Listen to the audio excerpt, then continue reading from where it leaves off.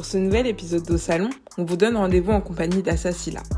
Elle s'est fait connaître en 2014 pour son rôle de Letty dans le film Bande de filles de Céline Sciamma. Devenue une véritable actrice depuis, Assa a enchaîné les rôles sur petit comme grand écran, ce qui lui a permis aujourd'hui de se faire un nom dans le cinéma français. Quand elle ne joue pas, elle prête son image pour de grandes marques comme Yves Saint Laurent, dont elle est ambassadrice, et milite pour des causes qui lui tiennent à cœur.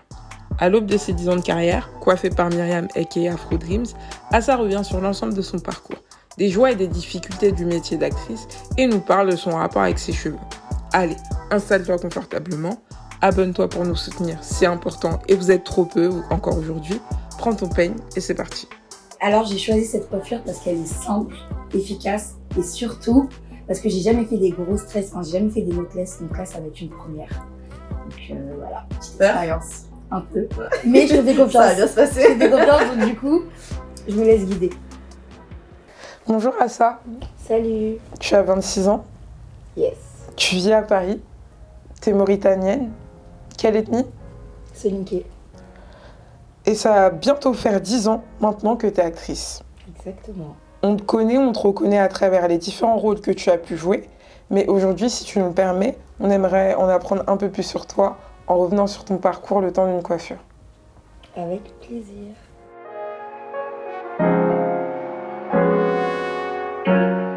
Comme je dis tout le temps, moi je pense que c'est l'enfance et l'environnement social dans lequel on évolue qui nous façonne et nous forge. Est-ce que tu pourrais nous parler de ton enfance, de ton adolescence et des souvenirs que tu en gardes?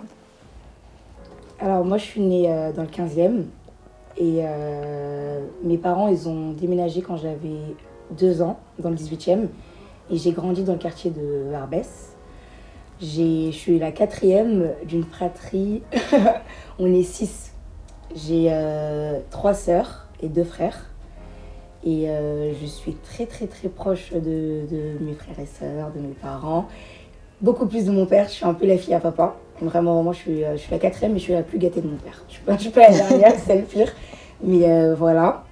Ensuite, j'ai été à l'école à Barbès et au collège, j'étais à Montmartre. J'ai fait de la danse. J'ai fait de la danse contemporaine, hip-hop, modern jazz. Et au lycée, j'étais à Edgar Quinet. Et du coup, les souvenirs que j'ai quoi comme souvenir? Bon, en vrai, moi, j'ai toujours été une fille...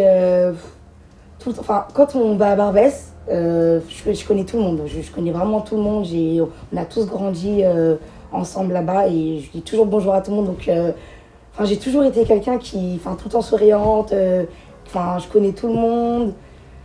Je parlais beaucoup. Ah oui, ça, c'est vrai qu'il faut que je précise. Chez moi, on m'appelait la journaliste parce que je parle trop. Voilà. Tout le monde disait, je racontais tout le temps ma vie, je parlais tout le temps. Je faisais beaucoup de danse aussi, j'aimais trop la danse.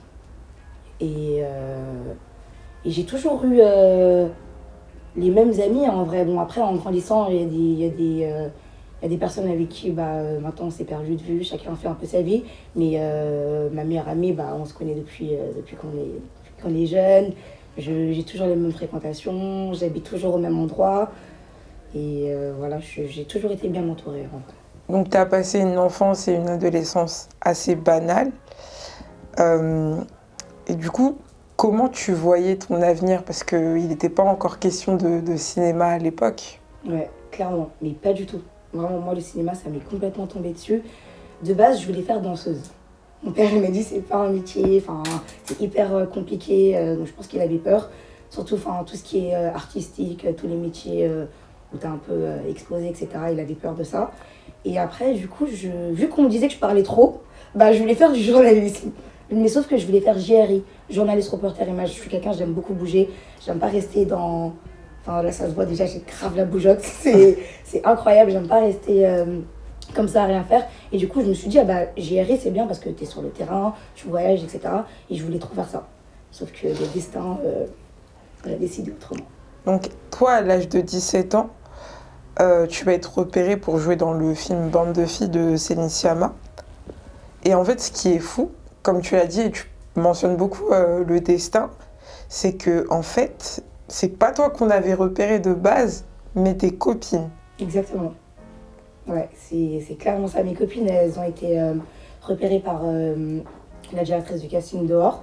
Et elles sont venues me voir pour me parler du casting. Sauf que moi, je leur ai rayonné directement. Je me suis moquée d'elles. Je leur ai dit, mais vous êtes folles, vous croyez que vous allez jouer dans un film et tout, c'est impossible.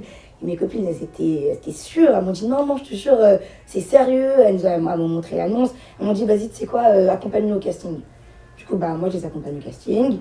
Et elles passent le casting. Et là, la directrice du casting, elle me propose de passer le casting à mon tour. Je le fais. Et je l'ai vraiment fait. Je pense que c'est ça aussi qui a joué. Parce que je suis allée totalement... déjà, je ne m'y attendais pas à passer un casting. Et j'étais tellement... j'étais en... J'avais pas le stress du casting. Je suis arrivée, j'étais totalement détendue. Elle m'a mise en situation, elle m'a fait de l'impro. Et je l'ai faite. Enfin, que j'ai fait ce qu'elle m'a dit comme ça. Et ensuite, on m'a rappelé 3-4 fois pour passer d'autres essais. Et je me souviens, quand on m'avait rappelé la deuxième fois, j'avais croisé Karidia. Sur les castings et on s'est grave bien entendu direct, on a parlé ensemble et on avait fait les callbacks ensemble après et à la fin je me souviens j'étais en stage à l'entreprise Métro et c'est là que j'ai reçu un appel de la directrice du casting et là elle m'annonce que j'ai été choisie pour jouer dans le film. Mais tout à l'heure on parlait du fait que ton père il voulait pas que tu fasses de la danse et là l'histoire s'est répétée au niveau du cinéma et t'as pas le faire en fait à cause de... Exactement. En fait, de base, quand j'ai passé le casting, je savais pas que j'allais le faire. Mais ensuite, quand on m'a rappelé pour passer les autres essais, je l'ai fait en cachette. Je l'ai pas dit. En fait, déjà, j'y croyais pas. Je me suis dit, je le fais, allez, je joue le jeu. Dans tous les cas, je serai jamais prise, voilà. Et là, je voyais qu'on me rappelait 1 fois, 2 fois. Ça prenait un peu d'ampleur, mais du coup, j'avais un peu peur. Donc, j'ai réagi. Et jusqu'à ce qu'on m'annonce que j'ai été choisie et là du coup j'étais obligée de l'annoncer à mes parents parce que j'étais mineure et il fallait absolument l'autorisation de mes parents pour pouvoir jouer dans le film. Et donc du coup j'annonce à mes parents et je vais voir ma mère en premier parce que ça passe plus non ça passe plus. Je vais voir ma mère en premier et là ma mère elle s'est dédouanée direct, elle m'a dit on va voir ton père, vois ça avec lui, je me mêle pas. Du coup je vais voir mon père et là mon père il a été catégorique, imaginant. Je voulais rien savoir, vraiment. Et après, au début, je comprenais pas, mais en grandissant et en ayant du recul, je me suis dit, mais c'est tout à fait compréhensible. Je comprends qu'il ait dit non au début parce qu'il avait peur. C'est un monde qu'on connaît pas du tout. C'est un milieu qu'on connaît pas et on a que les échos, les côtés un peu sombres. Voilà, on a un peu des clichés par rapport à ça. Et le fait surtout qu'il n'y avait pas de jeune actrice noire en France à ce moment-là. Moi, j'en voyais pas. J'en voyais pas à la télé, c'est pour ça que même quand mes copines m'ont parlé du casting, j'y ai pas cru parce que pour moi c'était impossible. Et donc il y avait ça, et il y avait aussi le fait, la peur d'être exposée, etc. Et parce que nous, dans ma culture, dans mes traditions, on n'a pas l'habitude d'être exposé comme ça, voilà. Donc c'est tout ça qui a fait que mon père était réticent. Et donc du coup moi, encore une fois, et même là quand je repense, je me dis imaginons la directrice du casting ou la productrice, ils n'avaient pas forcé. Là, je serais passée à côté de ma chance peut-être. Parce que moi, directement, j'appelle la directrice du casting et je lui dis, je suis désolée, je ne pourrais pas jouer dans le film. Déjà, de 1, mon père, il ne veut pas. Et de 2, en plus de ça, je devais aller en Afrique avec ma mère pendant la période de tournage. Ma mère avait déjà pris les billets, etc. Donc c'était mort. Je me suis dit, ok, c'est impossible. Du coup, je l'annonce à la directrice du casting. Et là, elle me dit, non, ça, on veut vraiment que ce soit toi, etc. Tu sais quoi, on va venir chez toi, on va parler avec ton père et tout. Là, je me dis, ok. Du coup, ils viennent à la maison, la productrice, la première assistante. Ils parlent avec mon père, ils débattent avec lui pendant des heures. Au final, après, ils l'ont mis en confiance, ils l'ont rassuré. On a trouvé une solution pour le voyage en Afrique. Je suis quand même allée, mais ils m'ont fait revenir plus tôt, etc. Et du coup, mon père, il a accepté. Et c'est là que j'ai découvert le milieu du ciné. J'ai découvert que je pouvais jouer. J'ai découvert que en fait, c'était ça que je veux faire. Et là, je ne me vois plus faire autre chose. Et ça a été une révélation pour moi.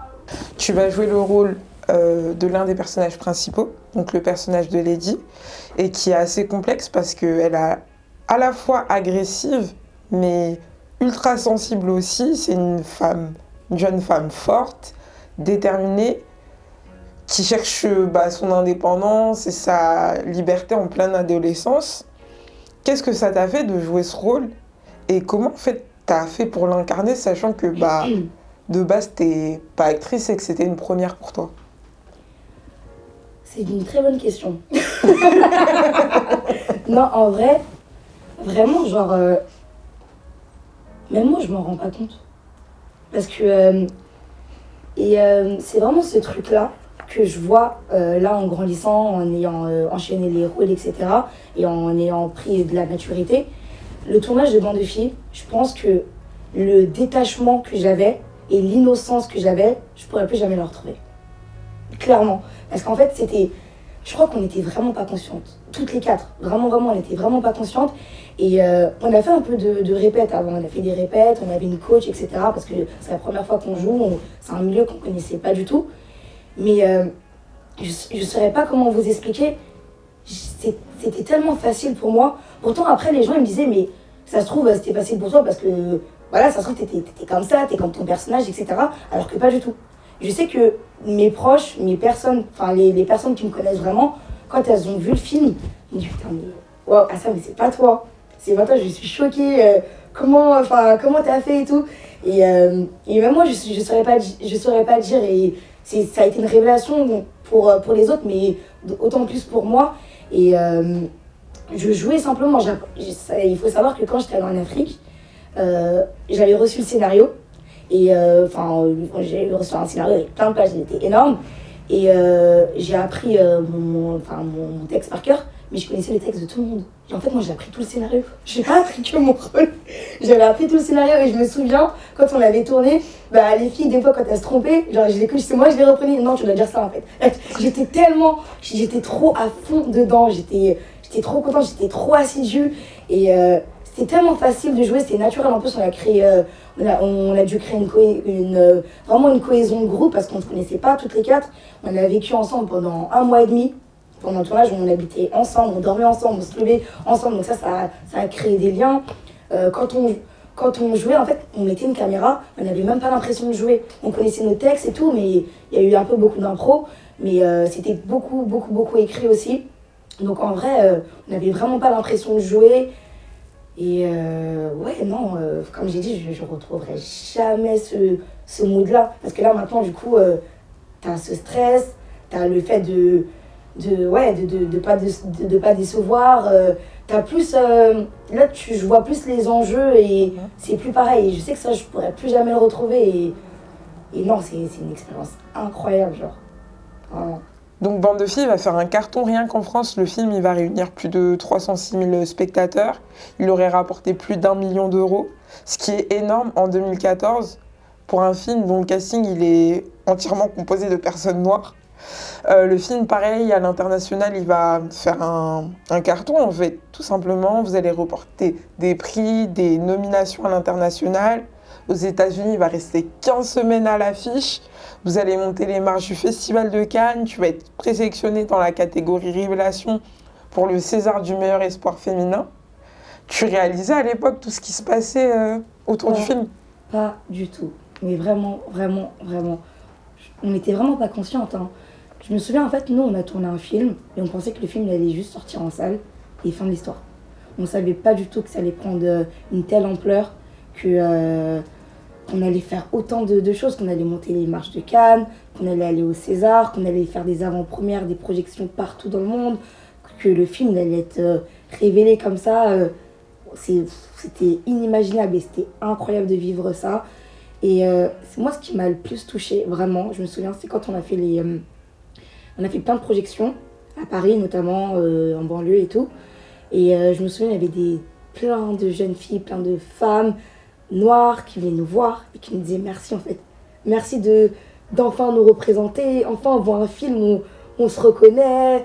Et ça, c'était magnifique, ça nous a tellement touchés. Après, il y avait aussi le côté où il y a eu beaucoup, le film a fait beaucoup de bruit, en positive comme en négative. Et je me souviens, moi, à l'époque, j'avais 18 ans, j'étais hyper jeune. Je suis quelqu'un de base, je prends beaucoup les choses à cœur. Je suis très vite, je prends très vite les choses à cœur. Et je me souviens, j'avais pas encore cette maturité où là, maintenant, je suis un peu détachée. Je sais que quoi qu'il arrive, les gens, ils critiqueront.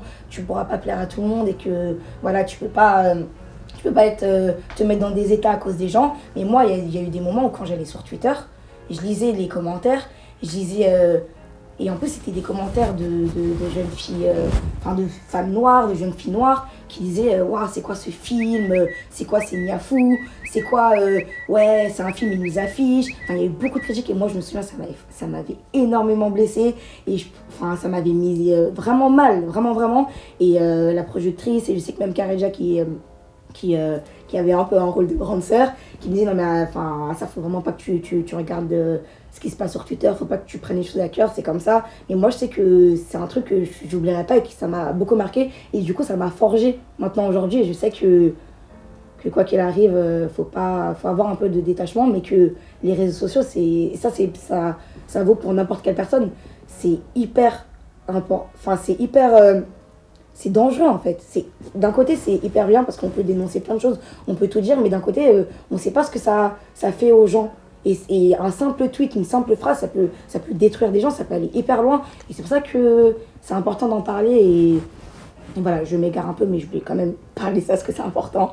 Et sinon, non, en vrai, on a vécu des choses incroyables, surtout à cet âge-là. Pour un premier film, on a vécu tout ça.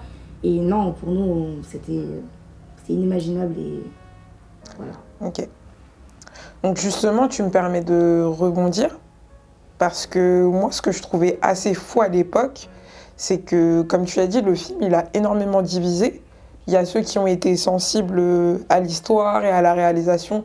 Et comme tu as dit, au fait de voir des jeunes femmes noires représentées au cinéma, hors chronique, hors Facebook, voilà, hors réseaux sociaux, vraiment. Et t'as beaucoup de Noirs de France qui ont été saoulés et qui l'ont trouvé grave, cliché et stéréotypé.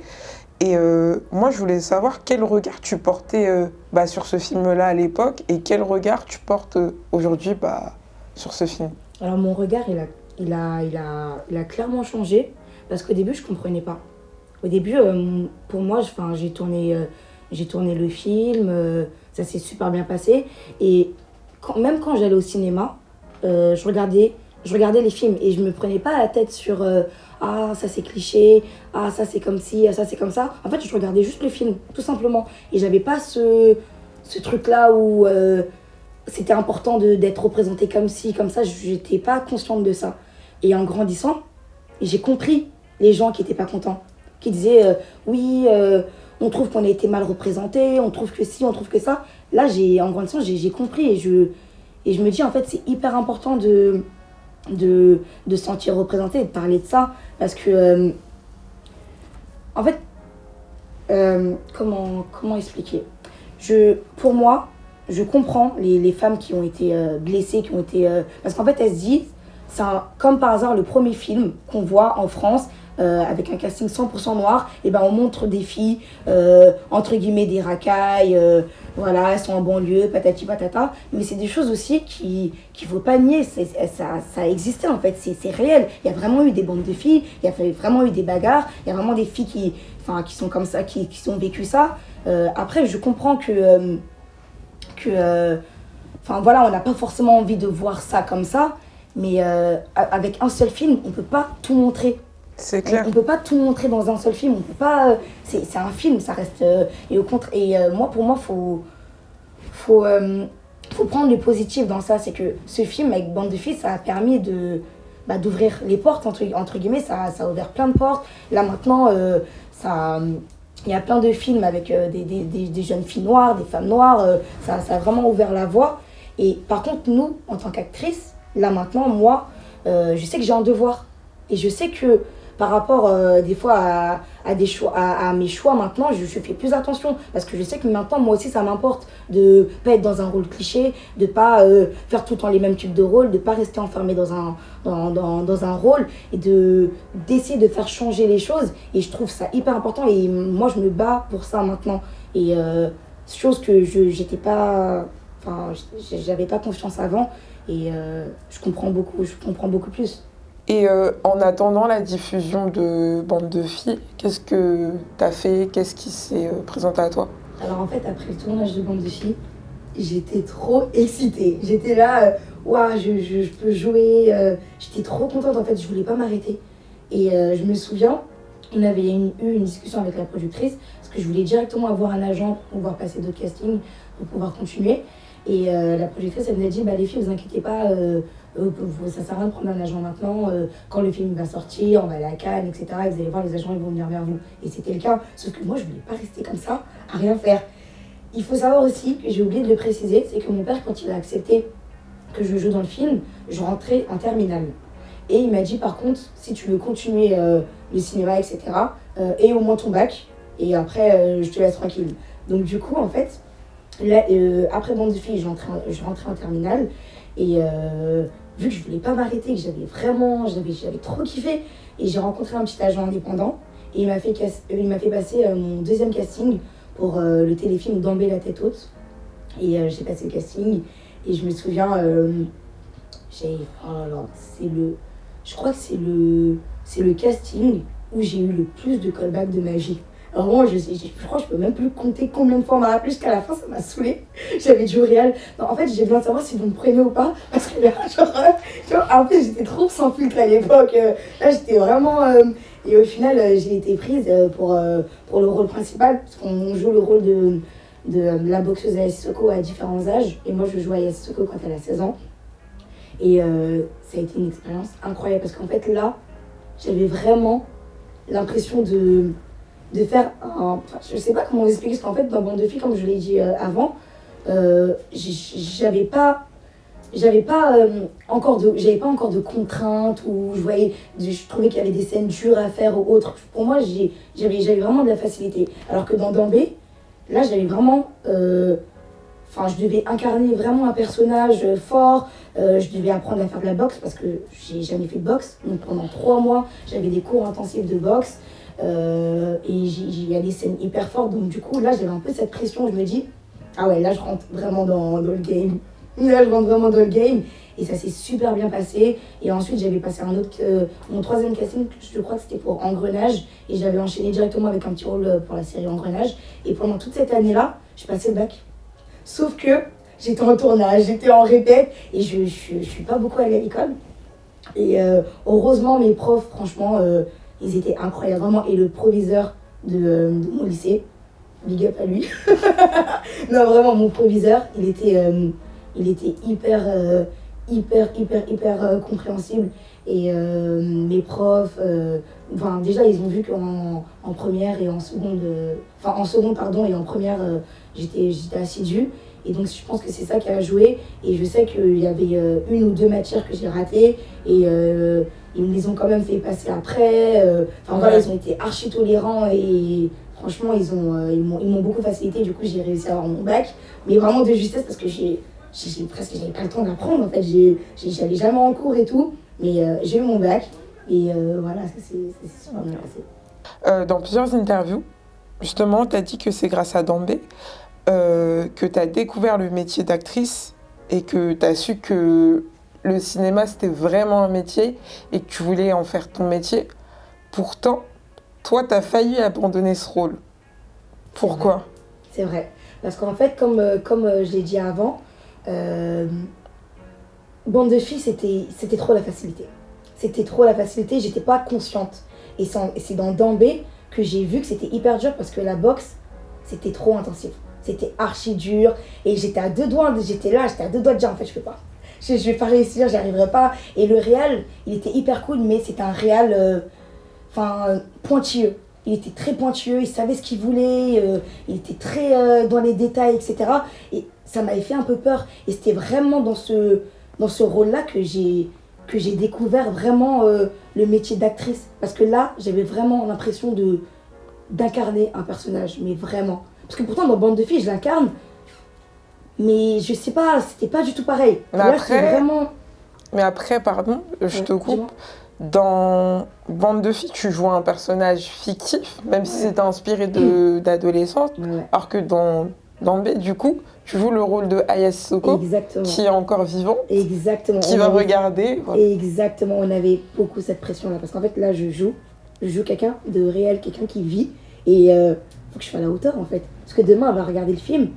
Et il faut qu'elle soit contente et qu'elle soit fière et qu'elle se sente représentée, du coup. Et donc, j'avais doublement cette pression. Et je vous jure, j'étais à 2 doigts d'arrêter. Mais franchement, j'ai tenu bon. Et c'est vraiment après ce tournage-là que là, c'est... Enfin, déjà, après Bande de filles, ça a été une révélation. J'étais sûre de vouloir continuer. Mais après Dambé, et quand j'ai vu que j'ai réussi, je me suis dit, ok, ça y est. Là, j'étais contente de ne pas avoir abandonné et de m'être dépassée et d'avoir réussi. Du coup, ça m'a encore plus encouragée pour l'avenir. Et ensuite, bah, tu as bien fait de continuer justement parce que le film, il a reçu pas mal de nominations. Je crois qu'il a été diffusé aussi à l'international. Exactement. Et pareil, donc ça a été un succès. Et justement, après ce rôle, toi, tu as enchaîné des courts et des moyens-métrages, quelques apparitions dans des films et des séries. Mais tu vas connaître une période creuse pour la première fois, du coup, dans ta carrière. C'est quoi ton ressenti à ce moment-là? Est-ce que tu voulais continuer ou est-ce que tu t'es dit, bon, j'ai fait quand même 2-3 films, une apparition, c'est fini pour moi ou... Alors en fait, il faut savoir que déjà cette période-là, pour moi, c'était hyper important de la vivre. Parce que ça te forge encore plus et ça te permet aussi de comprendre, de voir de garder encore plus les pieds sur terre. Parce qu'en fait, après Bande de filles, j'ai vraiment été dans une montée où j'ai grave enchaîné. J'ai fait Dambé, j'ai fait Engrenage, j'ai fait plein de petits trucs. Et j'étais vraiment dans une montée. Et il y a eu un moment où j'étais là et il n'y avait plus rien. Et c'était hyper important de vivre ça parce que, en fait, les gens, ils s'en rendent pas compte que c'est hyper difficile. Parce que aujourd'hui, tu peux avoir plein de projets, avoir des castings, avoir des tournages, être prise sur des projets. Mais demain, tu peux ne rien avoir et rester comme ça. Et les gens ne sont pas forcément conscients de ça, ils ne s'en rendent pas compte.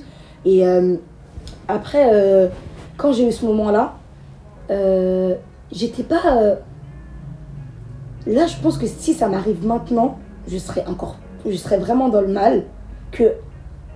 Alors que à ce moment-là, quand j'ai eu cette période où il n'y avait rien, j'étais pas en mode dépression ou j'allais pas bien. En fait, pour moi, je me suis dit, bah voilà, franchement, j'ai fait Bande de filles, c'était trop bien, j'ai fait Dambé, c'était cool.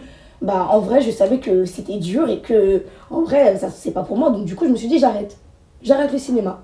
Et du coup, je suis allée travailler. J'étais assistante à DV et déjà, je faisais beaucoup de babysitting. J'ai fait du babysitting, j'ai travaillé j'ai déjà travaillé à Monoprix. Monoprix, j'ai tenu 2 mois. Je vous ai dit, la vente, c'est pas pour moi. Vraiment, vraiment. J'ai tenu 2 mois chez Monoprix. Et après, du coup, j'ai été assistante à DV. Et pendant un an, je suis restée assistante à DV. Du coup, c'est là, en fait, que j'ai compris aussi que avoir un bon agent, c'est très, très, très important. Parce que moi, à ce moment-là, il y a eu un moment où avec l'agent que j'avais, l'agent que j'avais à ce moment-là, on n'était plus trop sur la même longueur d'onde. Et en fait, j'en avais marre de passer les mêmes types de rôles. Parce qu'on m'appelait souvent pour le même type de rôle et j'en avais marre de rester cataloguée ou renfermée dans ça. Du coup, il y a plein de castings que je voulais plus faire. Et donc, du coup, il y a plein de castings que je refusais. Et vu que je travaillais aussi, j'avais plus trop le temps. Donc, en fait, ça a commencé à dégrader ma relation avec mon agent. Parce que moi, j'avais plus trop le temps de passer des castings. Il y a des castings que je voulais plus faire, etc. Et du coup, je me suis dit, en fait, le cinéma, je l'ai vraiment mis en plan B. Ça passait plus devant. C'était vraiment en plan B. Et donc, du coup, je travaillais. Donc, je menais ma vie d'assistante à DV. Des fois, il y avait des castings intéressants. Je passais, des fois, non. Mais malgré ça, j'avais quand même ce petit truc où je me disais, je sais pas, genre, j'avais toujours ce petit espoir où je me disais, en vrai, j'ai pas envie de lâcher l'affaire aussi vite. J'ai quand même envie de passer d'autres castings, d'avoir d'autres projets. J'avais encore ce truc-là dans la tête. Et je me souviens, j'ai rencontré un ami qui m'a parlé d'un petit agent indépendant. Et il m'a dit, mais ça, en fait, faut que tu quittes. Pourtant, j'étais dans une grande agence, hein. Mais il m'a dit, faut que tu changes d'agent et tout, c'est ça qui te bloque et tout, ça doit être ça, c'est sûr. Et tout, faut que tu partes. Et moi, j'étais pas encore prête à partir, je savais pas trop si je pars, est-ce que je vais trouver... je vais trouver un bon agent ou pas, est-ce que je vais pouvoir repartir dans une grande agence. Et en fait, c'est lui qui m'a fait comprendre, il m'a dit, mais ça, en fait, t'as fait Bande de filles, t'as fait un gros film, t'as quand même un petit nom, enfin, les gens, ils savent, donc tu pourras très vite trouver un agent, t'inquiète pas pour ça. Et en fait, au final, j'ai sauté le cap, j'ai quitté mon agent. Et tout a changé. C'est un délire, mais vraiment. J'ai quitté mon agent, j'ai rencontré un petit agent indépendant et il m'a fait passer le casting pour Scam. Et je me souviens en plus, Scam, de base, je joue le personnage de Salah, qui est une fille maghrébine. Et mon agent, quand il m'a envoyé dessus, je me suis dit, mais pourquoi tu m'envoies dessus? Enfin, le personnage, c'est une fille maghrébine. Il m'a dit, non, mais t'inquiète pas, vas-y, le casting, il est ouvert, ils veulent voir de tout. Et du coup, j'y vais, je passe le casting, et hop, j'ai été prise. Et là, je me suis dit, ah, ok, donc la machine est repartie. J'ai quitté mon taf, et j'ai commencé le tournage de Scam, et depuis, bah... Justement, avant de revenir sur ton rôle d'Iman dans la série Scam, je voulais te faire revenir sur quelques points. Notamment, en fait, le point de la famille. On a parlé de toi, de ton ressenti, comment tu as ressenti les choses quand tu étais dans cette période un peu de creuse, tu vois, de vide même. Mais je voulais savoir comment toi, ton entourage avait pris la chose, parce qu'ils ont suivi un peu ton ascension, ils t'ont vu, ils y ont cru. Et le fait de te voir retourner travailler voilà, dans des jobs alimentaires, eux, comment ils ont pris la chose, tout simplement? Alors, moi, ma famille et mes proches, ils m'ont toujours soutenue. Quoi qu'il arrive, vraiment, ils m'ont toujours soutenue, ils ont toujours été derrière moi. Il faut savoir qu'au début, c'était pas facile. C'est-à-dire que même si mon père il a accepté la première fois et qu'il m'a vu quand j'ai enchaîné avec Dambé, etc., mon père, il avait toujours cette petite réticence, pardon. Il avait toujours cette petite réticence. Il avait peur parce qu'il savait que c'était un métier pas stable du tout. Qu'il y avait zéro sécurité. Qu'il voyait qu'il y avait des moments où je tournais, il y avait des moments où je tournais pas, j'étais là à la maison à rien faire. Et ça, il comprenait pas. Parce qu'en plus, moi, mon père, enfin voilà, nous, on est habitués à avoir un travail, à avoir un salaire tous les mois. Là, c'est pas du tout pareil. Et donc, du coup, ça, c'est vrai que je me suis un peu battue sur ça avec mon père pour que j'en fasse mon métier, que je fasse que ça. Et ça a été un peu dur. Et là, ils sont archi contents, ils ont compris, ils ont accepté. Et c'est vrai que quand j'ai repris le travail, mon père, j'ai vu que ça l'avait soulagé quand même. Il était soulagé que je travaille et qu'il s'est dit, elle a compris que c'était pas un métier facile et qu'elle a retravaillé derrière. Et mes frères et sœurs, pour eux, c'était pareil. Ils me suivaient dans tout ce que je faisais. C'est juste moi, j'étais quand même un peu dans un mode où je me suis dit... je suis montée dans un truc et là, je redescends. Et c'est surtout c'est même pas le regard de ma famille ou de mes proches, que moi, mes proches, c'était pas ça le problème. C'était les gens, le regard des gens. Parce qu'en fait, les gens, ils comprenaient pas que il y avait des moments où je tournais pas et que j'avais rien. Et que c'était normal, en fait. Et que c'était ça, le métier. Et que pour eux... le fait que je joue dans des films, qu'on me voit à l'écran, ils pensent que je suis pétée de thunes, que je suis milliardaire, que je suis millionnaire, que je vis ma meilleure vie, que tout se passe archi bien, alors que c'est pas ça. C'est pas ça la vraie vie. Vraiment, vraiment, c'est un métier où il y a zéro stabilité. Vraiment, c'est hyper... tu vis au jour le jour. Vraiment, vraiment, vraiment, tu vis au jour le jour. Et ça, c'est compliqué, c'est important d'en parler. Mais en même temps, c'est l'un des plus beaux métiers. Et c'est nous, j'ai décidé de faire ce métier-là.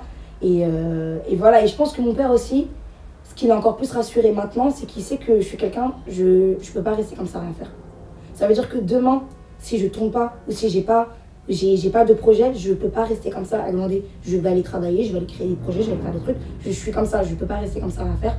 Et je pense que ça, il l'a compris. Donc du coup, maintenant, il a accepté. Et voilà.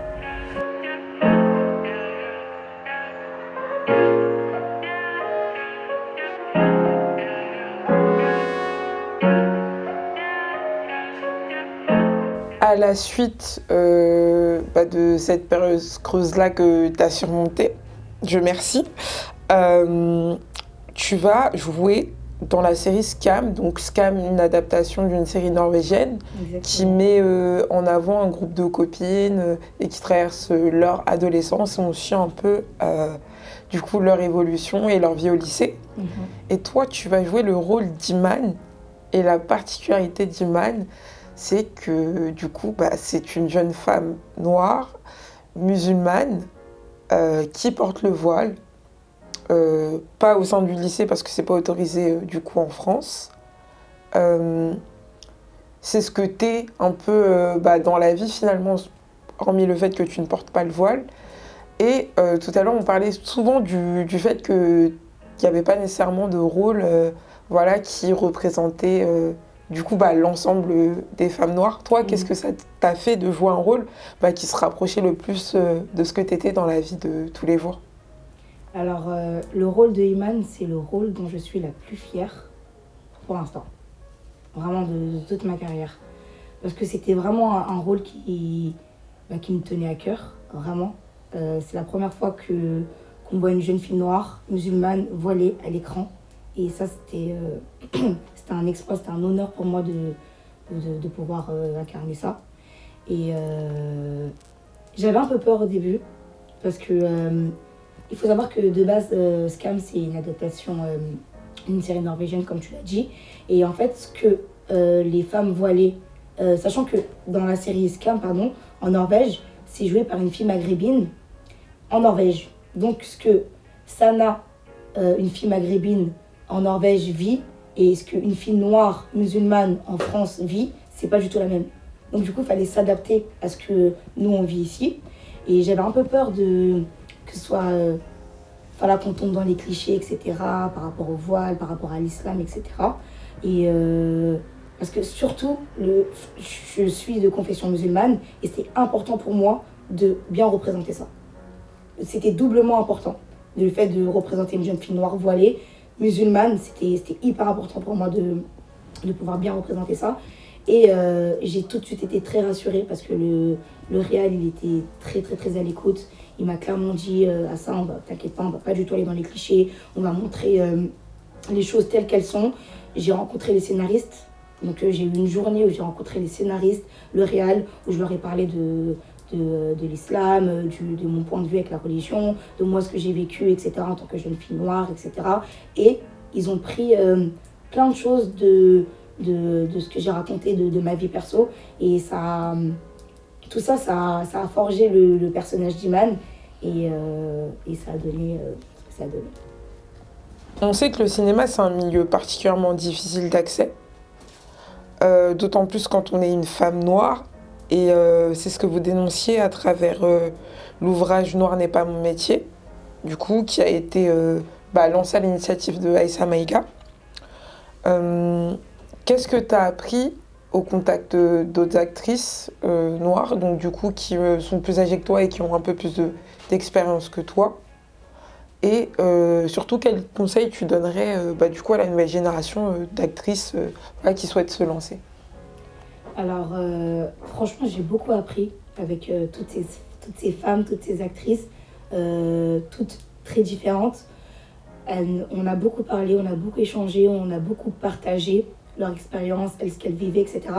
Et ce qui m'a marqué, c'est que quand je parlais avec, par exemple, Firmin ou Aïssa, ça fait longtemps, ou Nadège, ça fait longtemps qu'elles sont dans le milieu du cinéma.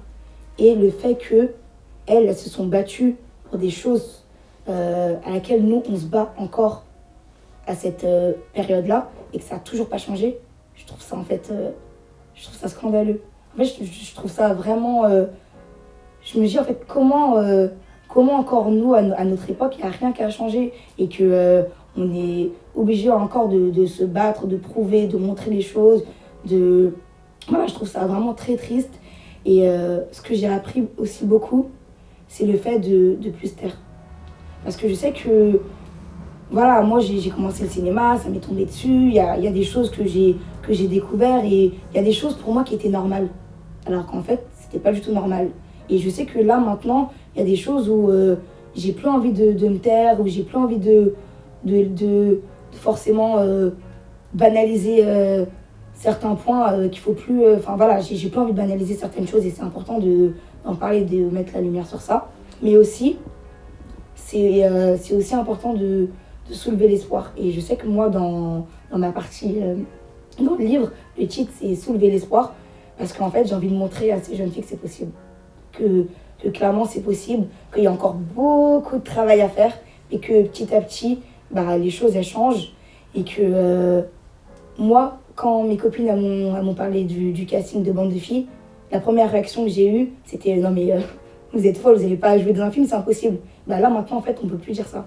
Parce que là, maintenant, il y a des jeunes actrices noires, il y a des jeunes actrices à la télé, au cinéma. Donc, on ouvre la voie et qu'il ne faut pas lâcher l'affaire et qu'il faut persévérer, qu'il faut créer. En fait, il faut qu'on crée nos projets. Il faut qu'on crée nos projets nous-mêmes, qu'on soit dans la réal, qu'on soit dans la prod, qu'on soit dans la distribution, qu'on écrive, qu'on se batte, qu'on s'entraîne, qu'on se soutienne. Parce que c'est que comme ça qu'on peut avancer. Et que faut persévérer tout simplement et travailler. Et pas lâcher l'affaire. Parce que si toi, tu crois pas en toi, personne d'autre ne le fera à ta place. Voilà.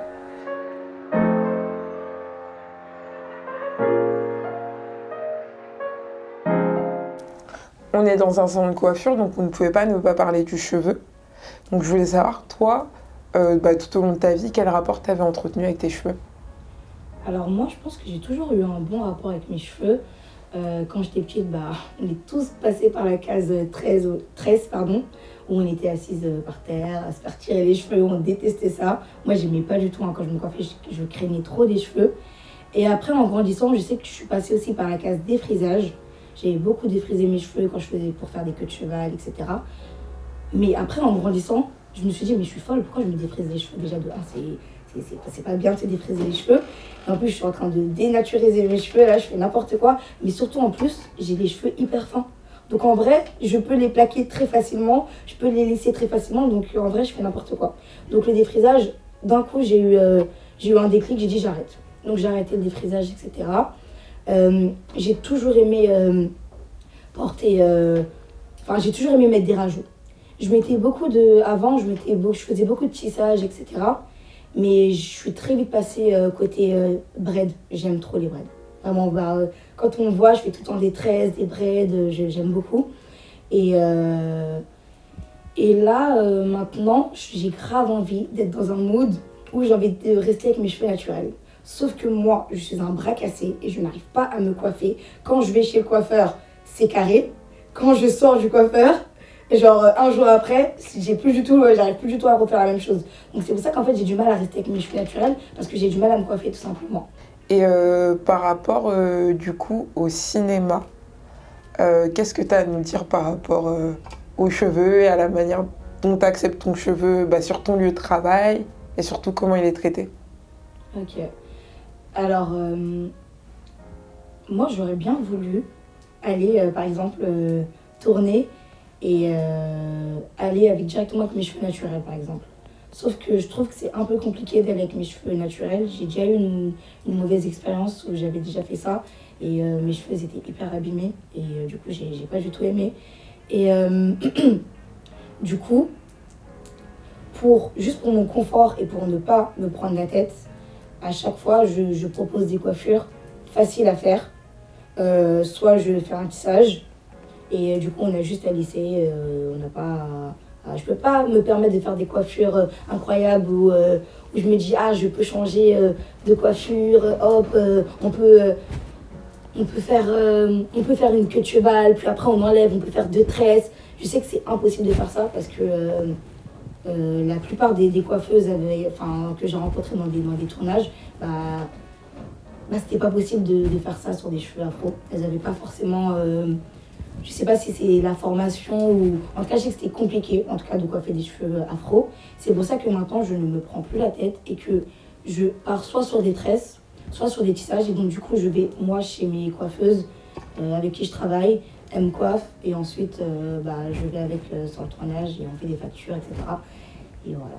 Une fois que j'ai passé le casting et que je suis prise sur le projet, etc., une fois que la machine elle est lancée, je vais voir le réal et je lui montre. Moi, je suis un peu caméléon. J'ai fait plein de coiffures, je fais plein de coiffures différentes.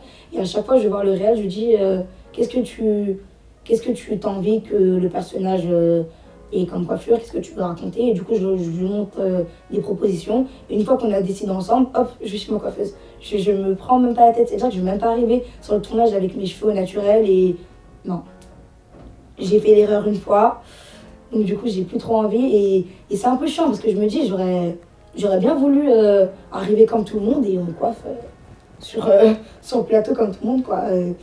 Mais non, on est obligé de se faire coiffer avant. Enfin, rien que moi pour me sentir bien, où je sais que je vais pas arriver, parce que sinon je vais arriver et j'aurai toujours cette peur, cette appréhension où je vais me dire ah, est-ce qu'on va réussir à bien me coiffer? Est-ce que ça va le faire? Est-ce qu'elle va pouvoir détendre mes cheveux? Est-ce qu'elle va pouvoir bien rajouter le rajout correctement? Est-ce que ça va faire naturel? Et pour ne pas avoir cette peur-là et ce stress-là, ouais, cette charge mentale finalement. Cette charge mentale, clairement, du coup, je préfère me coiffer avec la coiffeuse avec qui j'ai l'habitude et j'arrive sur le plateau déjà coiffée.